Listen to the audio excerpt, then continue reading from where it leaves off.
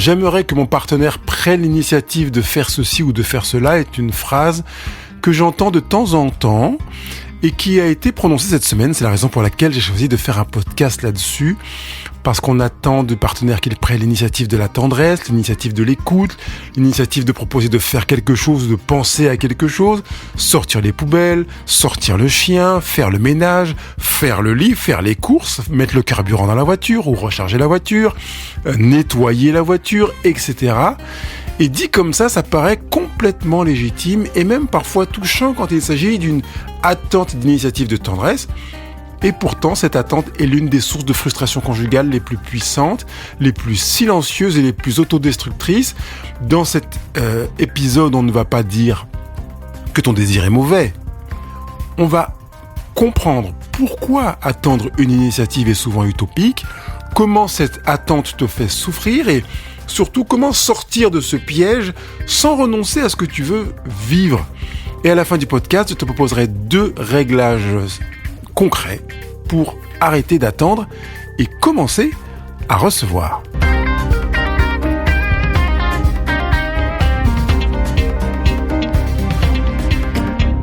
Il paraît évident de commencer par décrire ce qu'est une initiative, on va la définir.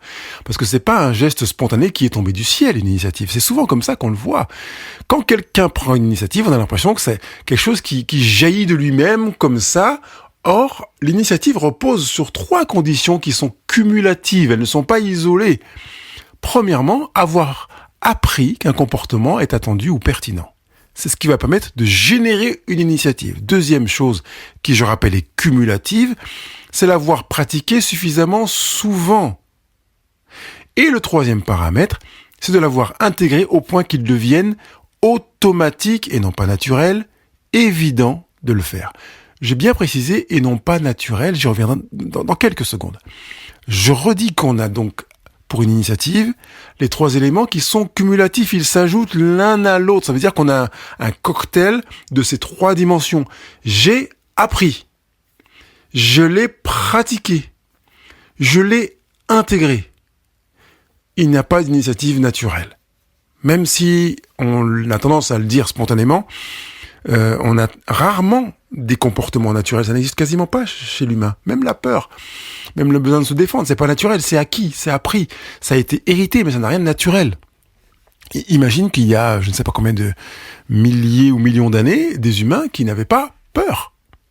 D'accord ? C'est envisageable. Peut-être même dans certaines contrées dans lesquelles la peur est bien moins présente que ici.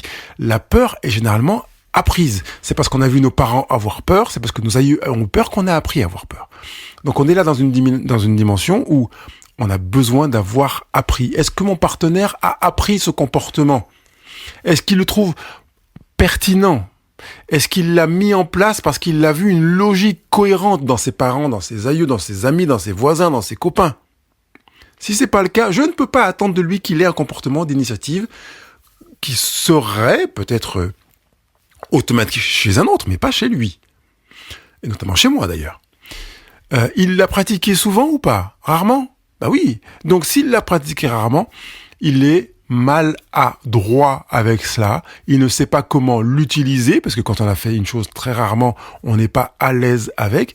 Par conséquent, il n'aura pas l'initiative de le pratiquer. Et enfin, l'avoir intégré, ça va, par voie de conséquence logique avec le point précédent, c'est que s'il l'a pratiqué suffisamment souvent au point qu'il n'est plus à y penser, c'est là qui fait que ça devient automatique. Je réinsiste sur la tendance à penser qu'il peut y avoir quelque chose de naturel qui n'est pas naturel. Il n'existe pas de naturel. J'aimerais bien qu'un neurologue, un neuroscientifique me prenne contact avec moi pour me dire « Pascal, là tu te trompes, ce n'est pas vrai. Il y a ceci et cela qui est naturel. » Pour moi, il n'y a rien de naturel. Ce qui est inscrit dans notre ADN et qui fait notre habitude quotidienne, ce n'est pas du naturel, c'est de l'acquis, de l'appris, même si c'est de l'acquis et de l'appris ancestral. Mais c'est pas parce que c'est présent dans ma famille et dans mes gènes depuis 20 générations, par exemple, ou même 100 générations, que c'est naturel. C'est appris. Mes aïeux, depuis 20 générations, ont appris à faire ou à avoir peur de ceci ou à aimer cela. Par conséquent, j'aime, j'ai peur ou je sais faire cela, mais ce n'est pas de naturel. Autrement dit, une initiative est le résultat d'un apprentissage répété. répété, pas d'un élan magique. C'est pas l'amour qui tout à coup va faire que ce que je n'ai pas appris, ce que je n'ai pas pratiqué suffisamment souvent et que je n'ai pas intégré, jaillisse de moi. C'est pas possible, c'est pas pensable, c'est inimaginable. C'est fantasmagorique, c'est tout ce qu'on veut, mais ce n'est pas vrai, c'est pas envisageable. Ce qui est vraiment intégré en moi et qui va faire preuve, ou qui va faire le tapis de mes prises d'initiative, c'est une chose qui est, dirais-je, tellement répétée que je n'ai même pas conscience de le faire, ou de le dire, ou même de le manifester dans le sens de l'être. Et je ne suis pas conscient que je sais ce que je suis en train de faire. Je ne suis pas conscient de l'initiative que je suis en train de prendre, parce que c'est comme ça, voilà. Et le simple fait de dire, je le fais parce que c'est comme ça, merci de m'avoir dit que t'apprécies que je le fais, mais je le fais parce que c'est comme ça, ça montre bien qu'on est rentré dans une approche d'intégration qui va couronner les 3 conditions cumulatives dans lesquelles j'ai commencé par le verbe avoir. J'ai appris, j'ai pratiqué, j'ai intégré. Donc, c'est vraiment inscrit en moi. Donc, je rappelle qu'une initiative est le résultat d'un apprentissage répété, pas d'un élan spontané. Oui, mais comme il m'aime, même s'il n'a pas appris, même s'il n'a pas pratiqué et qu'il n'a pas intégré, ça va de soi qu'il devrait... Non. Ça, c'est le résultat d'une pratique, d'une répétition, etc. C'est là qu'on va prendre l'initiative. C'est comme en musique.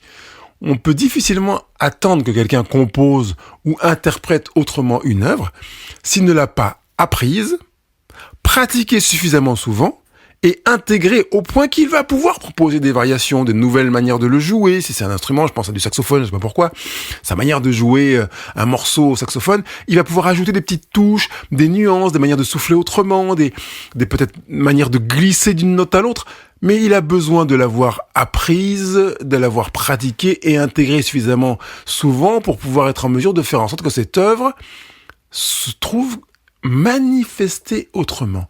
Parce qu'en réalité, l'initiative, c'est le fait de manifester une habitude prise autrement, sans qu'on ait besoin de quelqu'un d'élément extérieur qui vienne nous pousser à le faire. On va donc manifester son soi, sa manière d'être, autrement, en étant dans une sorte d'évidence automatique. Espérer qu'un partenaire prenne une initiative dans un domaine qu'il ne maîtrise pas, qu'il n'a jamais appris, qu'il n'a jamais pratiqué, c'est espérer un comportement qui n'a pas d'histoire. Puisque la prise d'initiative est fondée sur l'histoire, sur ce qui s'est passé avant, qu'il s'agisse de 10 ans ou de 10 000 ans, l'initiative est le résultat, ou on peut dire la résultante, d'une histoire. Et ça, au sens premier du mot. Sachant que l'étymologie de utopique, c'est un non-lieu, il n'y a pas lieu qu'il y ait ceci ou cela s'il n'y a pas d'histoire. C'est comme attendre les conséquences d'un événement qui n'a pas eu lieu. C'est ça l'utopie. J'attends le résultat de rien. En conséquence, je reçois rien. L'absence d'initiative est le résultat de rien. Il n'y a pas d'apprentissage, il n'y a pas eu d'acquisition, il n'y a pas eu d'imprégnation. Par conséquent, il n'y a pas. Pourquoi donc attendre une initiative te fait souffrir plus que nécessaire ? C'est parce que tu attends quelque chose qui n'a pas lieu d'être. Vraiment proche de l'étymologie du mot utopique. Quand tu attends une initiative, plusieurs choses se produisent d'ailleurs en toi. Et j'ai envie de dire, je compatis dans la mesure où je voudrais pas que tu aies l'impression que je n'ai jamais eu d'aspiration utopique parce que je suis un expert de la relation conjugale. Absolument pas. J'ai attendu de ma femme, par exemple, qu'elle prenne l'initiative de faire l'amour. Bah oui, mais comment veux-tu qu'elle prenne l'initiative de faire l'amour si, dans son couple précédent, elle ne l'avait pas l'initiative, ou que peut-être un paramètre historique, j'ai parlé de l'ADN tout à l'heure, des gènes, a fait que dans sa famille, c'était à l'homme de prendre l'initiative. Même si elle n'est pas consciente que c'était l'homme qui prenait l'initiative. C'est comme ça, c'est inscrit en elle. J'ai envie de dire, c'est comme ça. C'est un fait historique qui fait que il y a non-lieu. Quand tu attends une initiative, plusieurs choses se produisent intérieurement, comme ça a été mon cas. Tu observes. Elle vient pas faire l'amour, elle prend pas l'initiative. Je comprends pas, alors que quand on fait l'amour, ça se passe bien, elle aime bien, elle est contente que j'ai pris l'initiative. Mais pourquoi elle ne le fait pas? J'observe, je vois que ça fait tant de fois qu'on fait l'amour et que sur ce nombre de fois-là, ce n'est pas elle qui a pris l'initiative. J'observe également que il peut se passer tant de jours sans qu'elle prenne l'initiative. Si je ne fais pas le pas, elle ne vient pas vers moi. Donc je l'interprète comme étant, en fait, elle ne me désire pas, elle n'a peut-être pas envie de faire l'amour. Et si elle m'aimait véritablement, elle aurait envie de faire l'amour. Donc j'en conclus qu'elle ne m'aime pas suffisamment. Et par conséquent, qui de nous souffre? Moi. Parce que je suis dans la démarche de si elle m'aimait, elle penserait à venir faire l'amour. Et tu te rends compte que ma logique conclusive est altérée par le fait que je t'ai dit tout à l'heure qu'à chaque fois que je fais le pas, elle est d'accord, elle est encline, elle est même ravie de cette démarche. Donc je me dis, en fait, il y a un problème. Parce que je me dis, si elle comprenait, elle le ferait, mais en fait, non, pas du tout. Elle ne le fait pas non pas parce qu'elle ne le comprend pas. Elle ne le fait pas parce que elle n'a pas appris à le faire, parce qu'elle n'a pas pratiqué ça suffisamment souvent ou qu'elle ne l'a pas intégré comme étant quelque chose qui s'inscrit dans l'automatisme. Par conséquent, ma conclusion, mon interprétation d'abord, je vais le mettre dans l'ordre. Mon observation, suivie d'une interprétation et d'une conclusion, m'ont amené à souffrir. Très vite, l'absence d'initiative devient une preuve contre l'amour, alors que elle n'est souvent qu'un manque de repères, qu'elle est une absence d'histoire, qu'elle est une utopie. Il n'y a pas de bagage historique qui conduit mon partenaire à faire ça. Il n'y a pas l'habitude. Donc il n'a pas conscience. Or, quand je ne m'en rends pas compte, le résultat est frustration, sentiment d'injustice, fermeture, retrait émotionnel. Il me gonfle, j'en ai marre, c'est toujours moi qui est pas normal, on devrait avoir une équité, parce que moi je fais ci et il ne le fait pas. Et l'initiative devient alors un filtre dans la relation, je dirais même un filtre relationnel toxique. Tu ne regardes plus ce que l'autre fait, tu regardes ce qu'il ne fait pas et qui plus est spontanément. Quand tu commences à regarder ce qu'il ne fait pas, tu creuses, tu pioches et je dirais que tu commences véritablement à creuser le trou dans lequel tu vas mettre la tombe de ta relation conjugale. Et je préfère que tu laisses ça à quelqu'un d'autre, parce que vivre dans une relation en étant en même temps en train de creuser le trou pour y mettre le cercueil de sa vie conjugale, c'est pas ce que tu veux véritablement.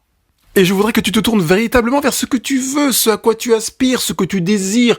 Et ce que tu désires, c'est pas généralement qu'il devienne spontané pour lui ou pour elle de faire ceci ou de cela. On va s'y arrêter dans quelques minutes, mais c'est que tu es ce que tu veux vivre.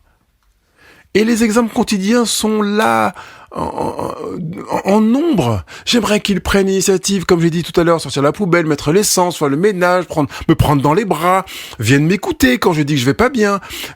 Alors qu'il y a des partenaires qui disent, mais dès que je dis que je vais pas bien, il veut m'écouter, il veut réparer, il veut que ça aille mieux, etc. C'est gonflant. Et toi, tu voudrais qu'ils prennent l'initiative de faire l'inverse.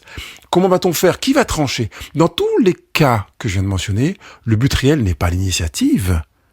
Et je voudrais que tu imagines que tu as un appareil photo avec un objectif que tu vas régler en te disant, ou même un microscope en te disant, en fait, si je ne règle pas ma lentille, je ne verrai pas ce qui est là-dessous. Je verrai quelque chose, évidemment, parce qu'on voit toujours quelque chose. Même quand on a les yeux fermés, on voit des choses d'ailleurs, hein, tu as pu le remarquer. Mais je vais régler ma lentille de manière à voir ce que je veux voir. Le but réel de mon attente. Parce que le but réel n'est pas l'initiative. Parfois, on a l'impression que c'est ça, mais c'est l'arbre qui cache la forêt. Le but est de se sentir soutenu, de se sentir vu et considéré, de se sentir rejoint, de se sentir compris, de se sentir en équipe, de se sentir aimé, etc., etc.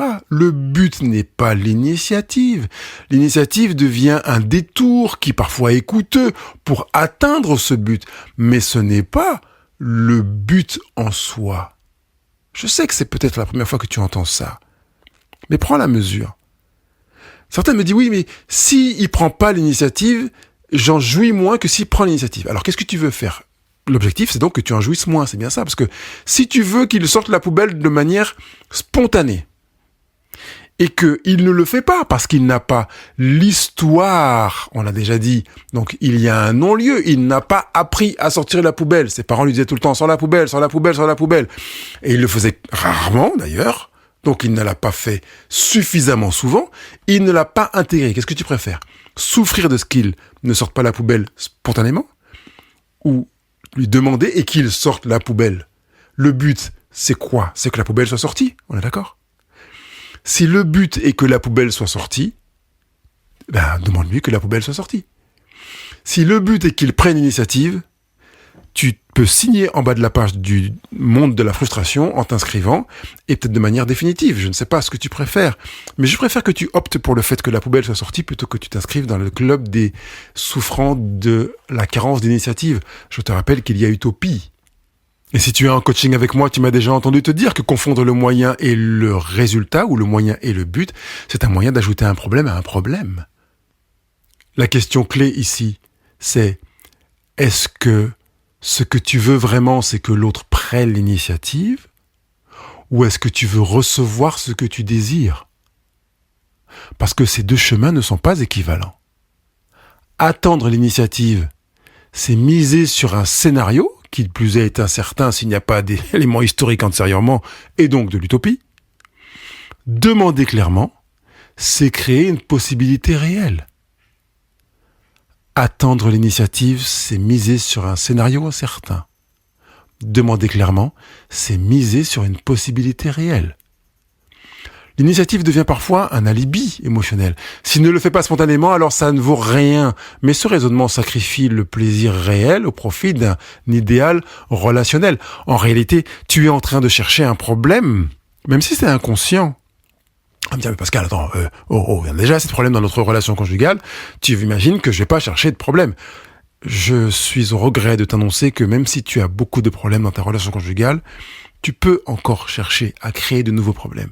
C'est peut-être parce que tu n'es pas suffisamment conscient, même si tu n'arrives pas à acquiescer. Pour l'instant, je ne te demande pas d'être d'accord, mais juste d'entendre l'information. Tu ne souffres pas encore assez. Donc, tu vas inconsciemment créer des éléments qui vont fatiguer la souffrance. Peut-être que tu t'es habitué à la souffrance. Par conséquent, tu vas inconsciemment mettre en place des éléments qui vont nourrir un petit peu cette souffrance à laquelle tu t'es habitué, parce que si elle disparaît, ça peut être difficile pour toi de te demander mais comment ça se fait, comment ça se passe. Mais la relation conjugale, normalement, il y a une tension quelque part qui est latente, avec un pouvoir dominant-dominé, s'il n'y est pas. Voilà.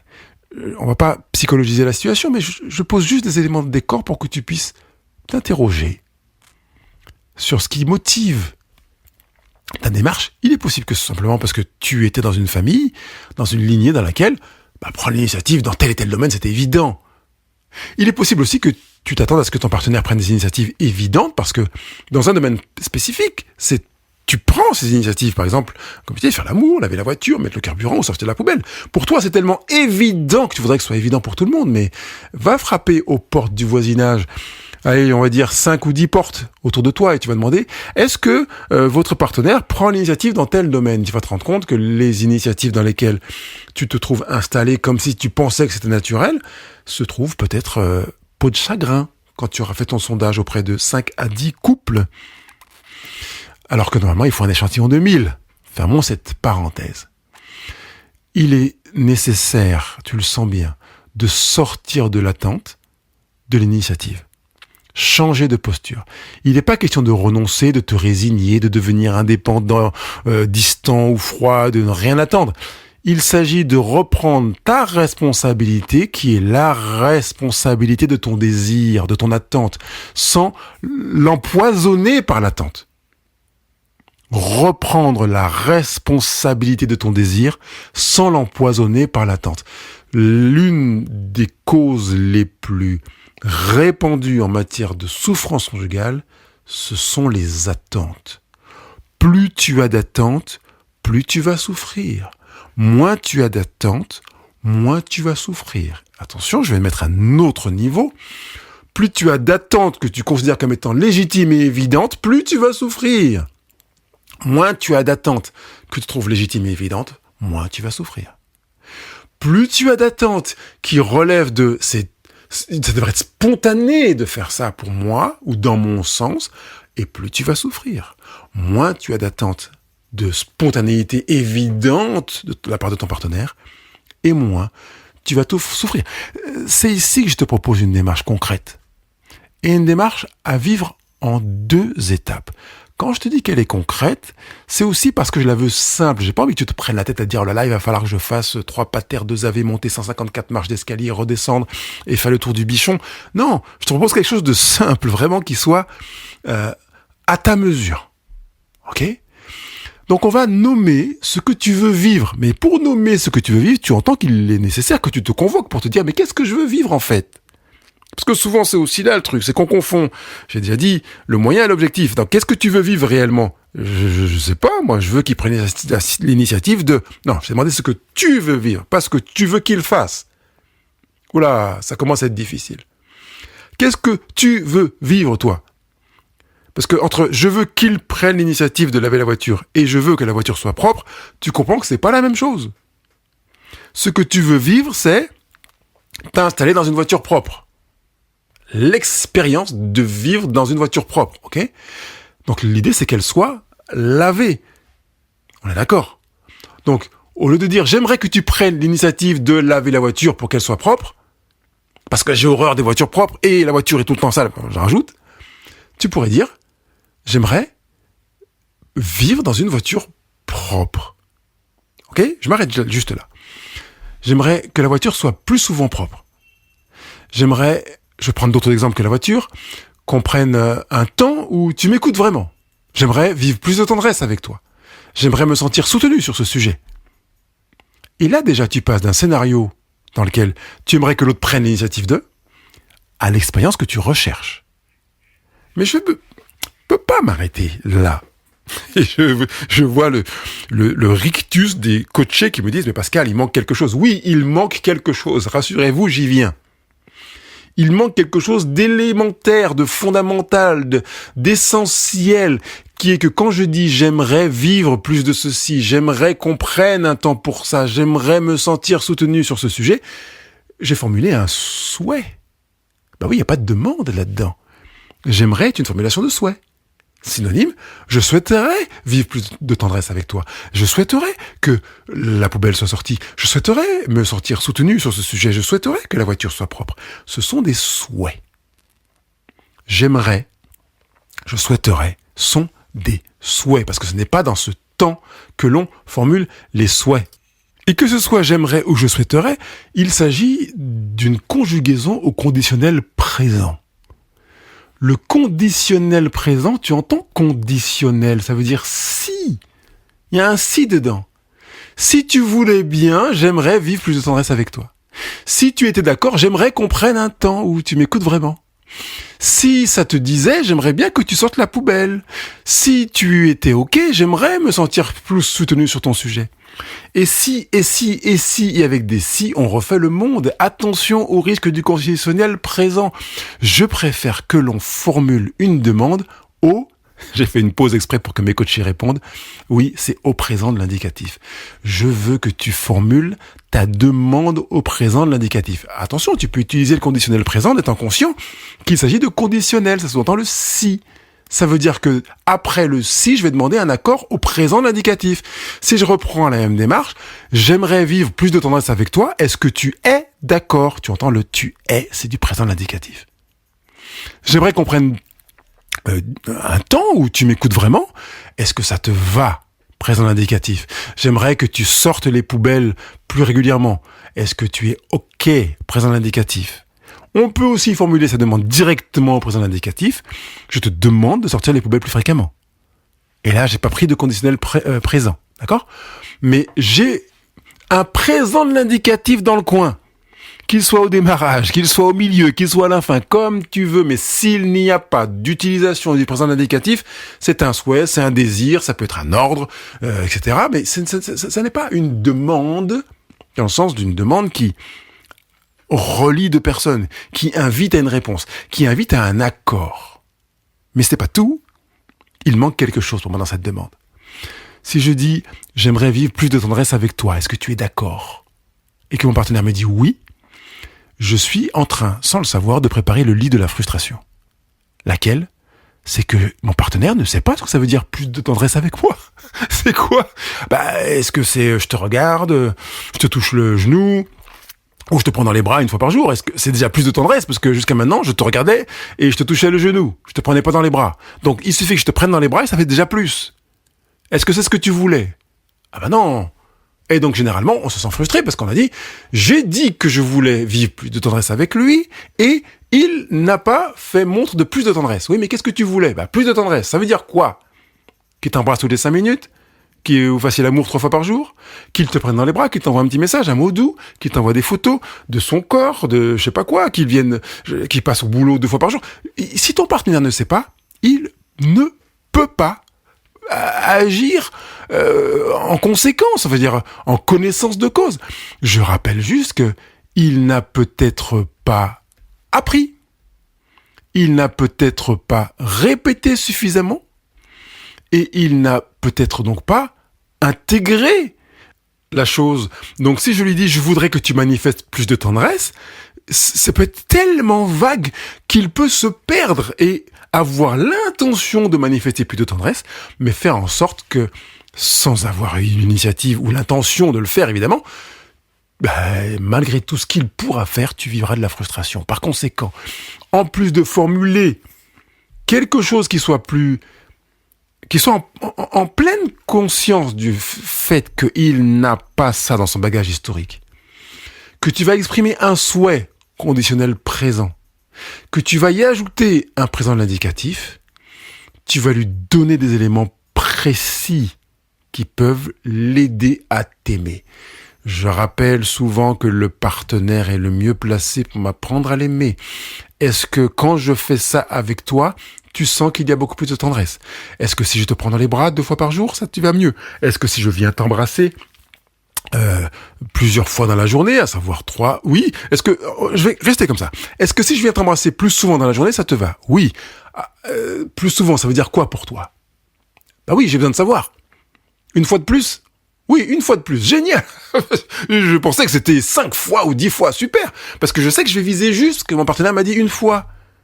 Peut-être que je peux même faire du bonus en faisant 2 fois. S'il m'a dit une fois.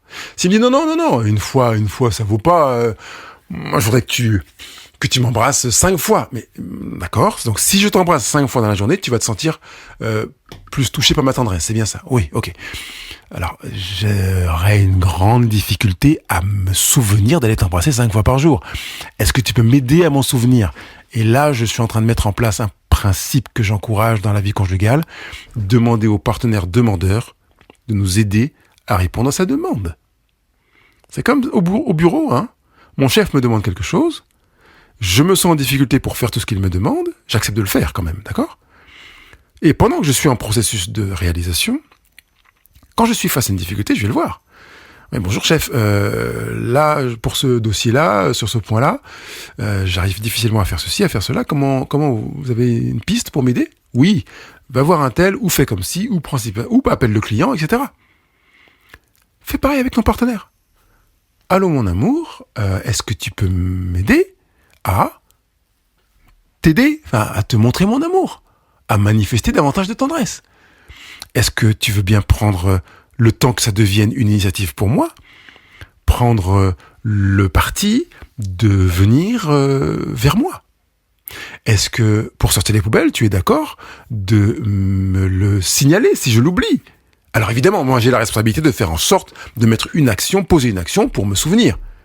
Mais si je ne m'en souviens pas, au lieu de t'en sentir frustré, que tu me dises « Mon amour, je crois que tu as oublié de sortir la poubelle. Est-ce que tu veux bien le faire, s'il te plaît ?» Oui. Et j'y vais. Ah, merci de me l'avoir rappelé. Ok. Et puis, s'il te plaît, si ton partenaire te rappelle une chose pour laquelle tu as donné ton accord et que tu n'as pas respecté cet accord-là, te sens pas frustré, déçu ou vexé, en disant « Ah, elle me le rappelle encore, ça veut dire que... » ou « Il me le dit encore, ça veut dire que... » Non. Et puis, si tu as demandé à ton partenaire et que il est convenu que tu le lui rappelles, ne te dis pas « Ah, il va falloir encore que je lui rappelle. » Non. J'ai envie de dire, c'est quoi l'objectif ?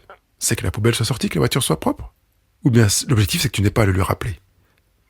C'est quoi l'objectif ? C'est de manifester la tendresse à ton partenaire et d'être plus attentif à ce qu'il te dit, à la fréquence à laquelle il l'a demandé ? Ou bien qu'il n'ait pas à te le dire, pour que tu te sentes pas mal ? Ne confondons pas le moyen et l'objectif. Donc, tu peux prendre la mesure ici du fait que tu as beaucoup plus de pouvoir sur toi que tu ne l'imagines. Pour ne pas faire mytho en disant ça serait naturel qu'ils prennent spontanément l'initiative, parce que si tu te rends compte que c'est vraiment une utopie et que tu te fais mal avec ça, et je te le redemande s'il te plaît, tout ce que tu peux faire pour ne pas te faire mal, arrête-le. Remplace-le par quelque chose qui ne te fait pas mal. Et notamment quelque chose de rationnel et cohérent, comme on vient de le voir depuis le début de ce podcast. Et puis ensuite, tu vas passer à l'action avec cet élément-là que je t'ai donné, nommer clairement, savoir ne pas attendre d'initiative, mais formuler des demandes, même si elles commencent par un souhait, que tu attends l'accord de ton partenaire pour ne pas te fonder sur des scénarios, mais sur une expérience qui est recherchée. Tu ne confonds plus les moyens et l'objectif. Et là, tu ouvres un espace dans lequel vous allez pouvoir réaliser quelque chose. Dis vous, parce que c'est toi et ton partenaire. Tu vas pas te tourner les pouces en espérant qu'il fasse les choses. Tu vas lui dire ce que tu souhaites, tu vas lui demander de l'accord, tu vas lui donner des précisions pour qu'il apporte son désir ou sa validation de participation au bonheur collectif ou même au tien. Et donc, tu proposes véritablement des demandes. Est-ce que tu serais d'accord qu'on prenne 10 minutes ce soir? Ça, c'est pratique. Est-ce que tu peux me prendre dans tes bras maintenant? Est-ce que tu peux m'aider sur ce sujet aujourd'hui? Pendant peut-être 20 minutes. Est-ce que tu peux sortir les poubelles, s'il te plaît? Est-ce que tu es OK? Oui. Est-ce que tu peux le faire maintenant? Parce que, attention, le piège. Est-ce que tu peux sortir les poubelles? Oui. Sous-entendu, je le ferai, je les sortirai. Oui, mais quand? Est-ce que tu peux le faire maintenant, s'il te plaît, parce que je suis incommodé par l'odeur, ou parce que j'ai besoin de cuisiner, ou parce qu'elle est pleine, etc. D'accord? Il y a aussi ce phénomène psychologique que quand je donne une raison, ça aide l'autre à passer à l'action. Okay? Et à accepter le passage à l'action, même s'il y a un petit dérangement. D'ailleurs, on peut accepter aussi que le partenaire soit dérangé par le fait qu'on lui demande, qu'on lui exprime un souhait, qu'on lui formule une demande. Accepte-le. C'est pas parce que ton partenaire dit oui, bon, d'accord, oh là là, c'est dur ce que tu me demandes, que c'est pas bien que je lui demande. Ou que c'est insupportable pour lui. Accepte que ton partenaire te dise « Oh là, c'est dur, ça me saoule, j'en ai marre » et qu'il sorte la poubelle quand même. Ou bien, elle avait la voiture, ok, bon, d'accord, c'est bon, je vais le faire. Il ne le vit pas très bien et il le fera. C'est quoi l'objectif? C'est que la voiture soit propre, ou que la poubelle soit sortie, ou bien qu'il le prenne super bien et que ce soit une super ambiance entre vous. T'as à toi de voir. Mais ne te trompe pas d'objectif. Quand tu confonds l'objectif et le moyen, tu ajoutes un problème à des problèmes. Ok? Là, il y a quelque chose de concret que tu peux mettre en œuvre pour changer ta relation là, ici, maintenant. Quand tu arrêtes d'attendre que l'autre devine, tu récupères ta puissance relationnelle. Quand tu cesses d'attendre que l'autre devine, tu diminues drastiquement la frustration.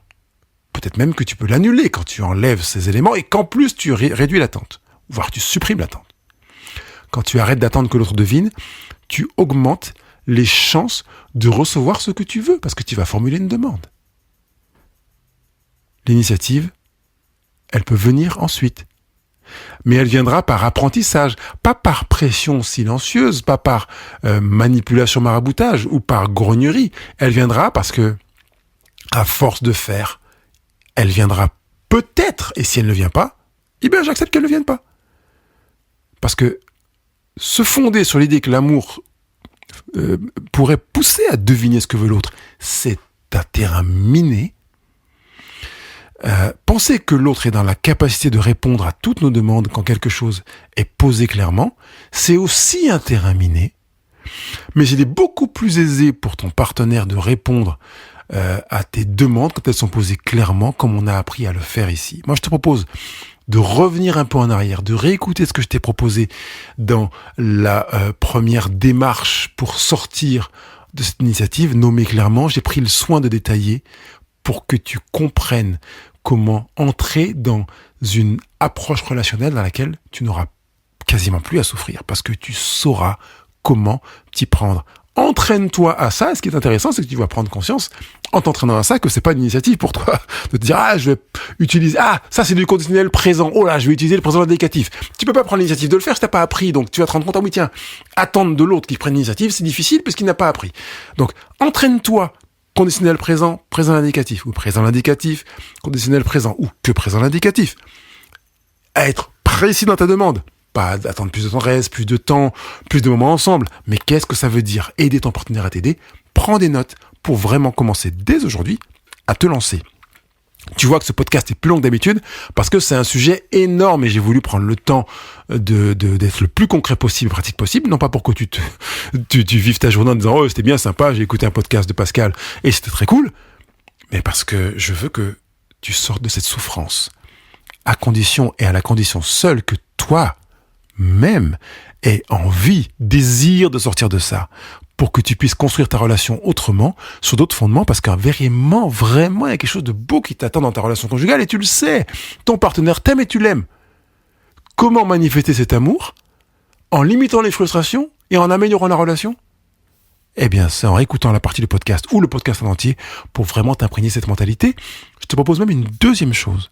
C'est que quand tu as fait ces étapes que je t'ai proposées, tu prennes ton smartphone et que tu te mettes un rappel dans 30 jours pour faire un point dans 30 jours et te demander sur une échelle de 1 à 10 si tu as baissé tes attentes et baissé tes désirs d'attente initiative et que tu te sens aussi frustré que 30 jours précédemment. D'accord?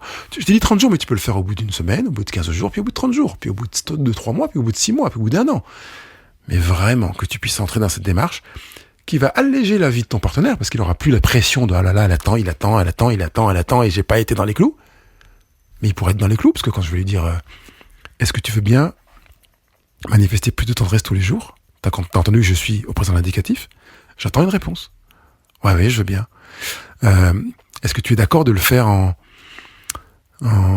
répondant à chaque fois que je viens près de toi et que je te prends dans les bras en étant vraiment présent dans l'étreinte qu'on aura ensemble?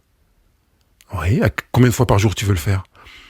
Je sais pas, 3, 4 à 5 fois par jour. Écoute, viens autant que tu voudras. Parce que mes bras sont là pour toi. Ça donne une température, on est d'accord, hein? Ça, c'est un moyen d'éviter la frustration. C'est un moyen d'éviter l'attente d'initiative. C'est moi qui vais dans les bras de mon partenaire. Parce que c'est moi qui en ai besoin. C'est moi qui en ai le désir. Je dis besoin, mais on peut mettre des guillemets à besoin. C'est pas un besoin, hein? C'est moi qui en ai le désir. Vas-y, prends le taureau par les cornes, crée ta réalité, construis ta vie avec cette beauté relationnelle pour que tu en profites vraiment, c'est ça que je veux. Que tu te dises, mais qu'est-ce que c'est bon d'être avec ce mec, qu'est-ce que c'est bon d'être avec cette nana qui accepte de collaborer, de coopérer, au lieu de penser, comme tu disais précédemment, qu'est-ce que c'est pénible d'être avec ce mec ou avec cette nana, parce que j'attends de lui ou j'attends d'elle des choses qu'il ne me donne pas. Tu sais maintenant pourquoi il les donnait pas. C'est pas qu'il t'aime pas, c'est qu'il savait pas, c'est qu'il n'avait pas l'habitude, il n'avait pas appris, il n'avait pas été imprégné par ça. J'ai envie de terminer avec un désir très très très très très fort. C'est que tu vois ta réalité changer avec ce que tu as appris aujourd'hui. Et je t'envoie plein d'amour et de belles pensées pour que tu arrives à ancrer ça dans ta vie. Ce sera le signe vraiment que tu veux une relation qui réponde à ton désir et que tu veux véritablement créer un lien d'amour.